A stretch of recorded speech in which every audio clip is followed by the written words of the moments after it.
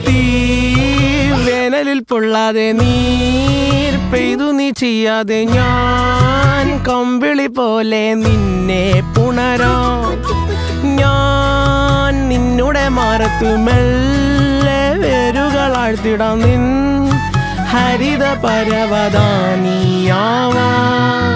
കാലം കൂട്ടുനിന്നില്ലെങ്കിലും എന്നെ പറിച്ചെറിഞ്ഞാലും വീണ്ടും പടർന്നു കേറിടും ഞാൻ.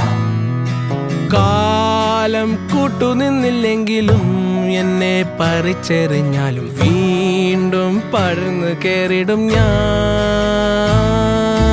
എന്തിനി വേഗം ഇത്തിരി നേരം